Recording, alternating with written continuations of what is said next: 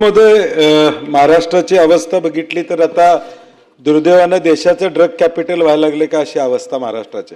या विषयावर सभापतीमध्ये मागच्या वेळी देखील चर्चा झाली। मुख्यमंत्री महोदयांनी NDPS ॲक्टमध्ये बदल करून पजेशनची जो कायदा आहे तो बदलायचा प्रयत्न करणार म्हणून त्या ठिकाणी सांगितलं। म्हणजे आज पजेशनची जी रिक्वायरमेंट आहे किंवा एवढं सापडल्यानंतर आपण त्या ठिकाणी कारवाई करतो तो बदलणार म्हणून सांगितलं। NTF बदल मागच्या वेळी मुख्यमंत्री महोदयांनी सांगितलं। NTF तुम्ही स्थापन केले, 346 पदाची भरती तुम्ही काढली, 200च भरती झालेली आहे, अजून 146 पदं तुमची रिक्त आहेत। मी सूचना त्यावेळी सभापती महोदय काय केले होते, आपण ते खातं सांभाळेल। गडचिरोलीला जो नियम आहे ह्या ड्रग्ज बदल जर हे शासन खऱ्या अर्थानं सिरियस असेल, ह्याची व्याप्ती एवढी आहे, एका वर्षात 14 कारखाने आपल्या महाराष्ट्रामध्ये कारवाई झाले। किती? 14 कारखाने MD तयार करणारे 14 कारखाने। ह्याला राजाश्रय असल्याशिवाय हे होते का या राज्यामध्ये? राजाश्रय असणार म्हणूनच झालेलं आहे। 14 ठाणे असू दे, पालघर असू दे, नवी मुंबई असू दे, सातारा असू दे किंवा या ठिकाणी सांगली असू दे, रायगड असू दे, या सगळ्या जिल्ह्यामध्ये सभापती महोदय 14 MD करणारे कारखाने या ठिकाणी झाले। मग हे होईपर्यंत पोलीस खातं काय करते? DRIने रेड केल्यावर साताऱ्याचे पोलीस जागे झाले माझ्या माहितीप्रमाणे, बरोबर ना? तोपर्यंत खातं जागा झालं नव्हतं।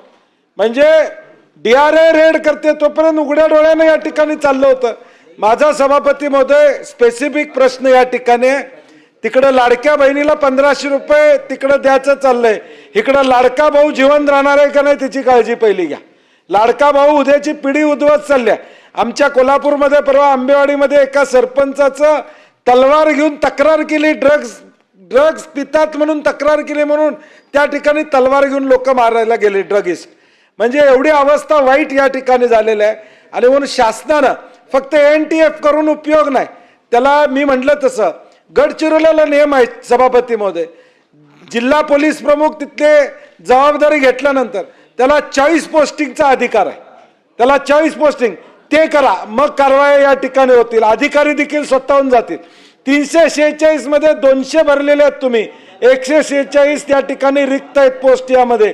ह्याला खरं बळ द्यायचं असेल, मी कौतुक आहे या NTFचं, कारण की ते झाल्यावर जवळजवळ माझ्या माहितीप्रमाणे 800-900 कोटी रुपयाचे ड्रग्ज जप्त केलेत, माझी आकडेवारी बरोबर असेल तर। म्हणजे त्यांची कारवाई चांगली झाली आहे, परंतु जोपर्यंत तुम्ही त्यांना बळ देणार नाही, त्यांना लागणारा रिसोर्सेस हा महाराष्ट्रातल्या पोलीस स्टेशन मधून तुम्ही देणार नाही, तोपर्यंत हा मिनान्स या ठिकाणी संपणार नाही। आणि ज्या पद्धतीनं आता शशीभाऊ म्हणले की मोकोका, माझं म्हणणं आहे सभापती महोदय की या 14 कारखान्यामध्ये MD तयार कसं होतं, केमिकल्स या ठिकाणी वापरले जातात, सॉल्व्हंट वापरले जातात, कुठून येतात? तर माझी स्पेसिफिक मागणी या मागला आहे, तुम्ही कारखान्यावर कारवाई केली, त्यांना केमिकल सप्लाय करणाऱ्यांच्यावर मोकोका लावा, त्याशिवाय हा सप्लाय बंद होणार नाही। जोपर्यंत तुम्ही सप्लाय तोडत नाही तोपर्यंत ही कारवाई या ठिकाणी थांबणार नाही। मंत्री महोदय तिकडे न बघता तुम्ही ती जाहीर करा कारवाई। ते सप्लाय करणारही पार्ट ऑफ द ऑर्गनायझेशन आहे। मोकोको आम्ही कुणाला लावतो? जॉईंट ज्यावेळी क्राईम केला जातो तर मग तो केमिकल सप्लायर तुम्ही आहे ना। 14 कारखाने जर सभापती महोदय या राज्यामध्ये सापडत असेल तर हे राजाश्रय असल्याशिवाय या ठिकाणी होणार नाही। आणि शासनाने पुढची पिढी वाचवायचं असेल तर या ठिकाणी सिरियसली हा विषय घ्यावा अशी आमची विनंती असणार। तर मला वाटतं ड्रग्सच्या बाबतीमध्ये महाराष्ट्रामध्ये अर्थातच हा विषय आपण गांभीर्याने घेतलेला आहे आणि ह्या ज्या कारवाया आहेत ह्या भविष्यामध्ये अजून अग्रेसरित्या आम्ही करू।